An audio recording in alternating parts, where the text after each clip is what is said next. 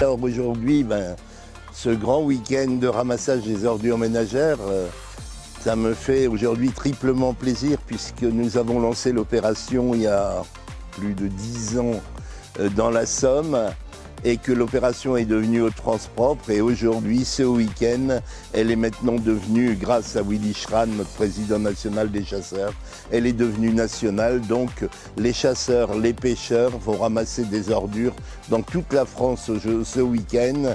Et ça me remplit de joie parce que c'est une action qui est partie de notre département.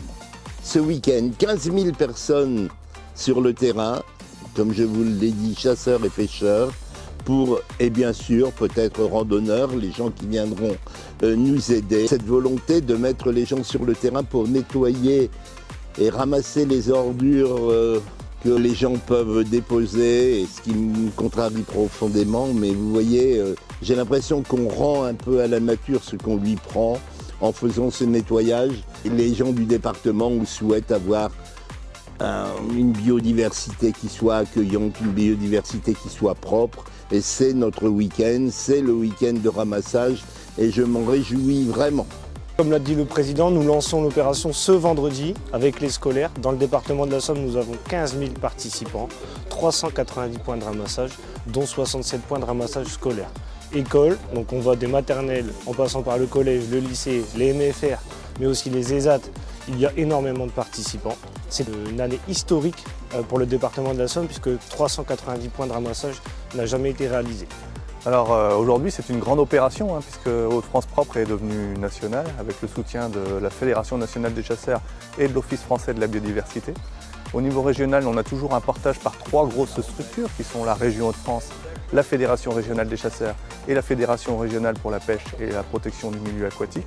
Les records d'inscription pour cette année 2024 avec plus de 1900 points de ramassage sur l'ensemble de la région, donc 400 points avec les écoles qui commencent aujourd'hui, cet aspect sensibilisation qui est très importante. Et quand on fera le bilan, j'imagine qu'on ne sera pas loin de 100 000 personnes mobilisées sur l'ensemble de la région, ce qui sera vraiment une opération de ramassage de grande envergure, mais aussi une opération pédagogique importante pour sensibiliser à ne pas abandonner les déchets dans la nature et à l'impact de ces déchets sur la biodiversité. C'était une journée quand même habituelle. Tous les ans, on renouvelle cette opération. Ce qu'il faut savoir, c'est que nous, nos associations, régulièrement, les conseils d'administration avec des bénévoles participent au nettoyage des étangs, au nettoyage de l'environnement, enfin un peu partout. Les pêcheurs, nous, à la fédération, on les incite à laisser des endroits où ils ont fait leur loisir et un petit casse-croûte à chaque fois, de repartir avec ce qu'ils sont venus.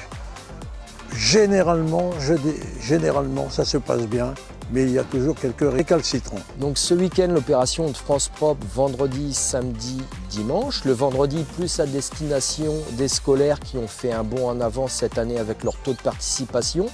Et puis quelques entreprises également qui se lancent également dans des points de ramassage aux alentours de leur lieu de travail.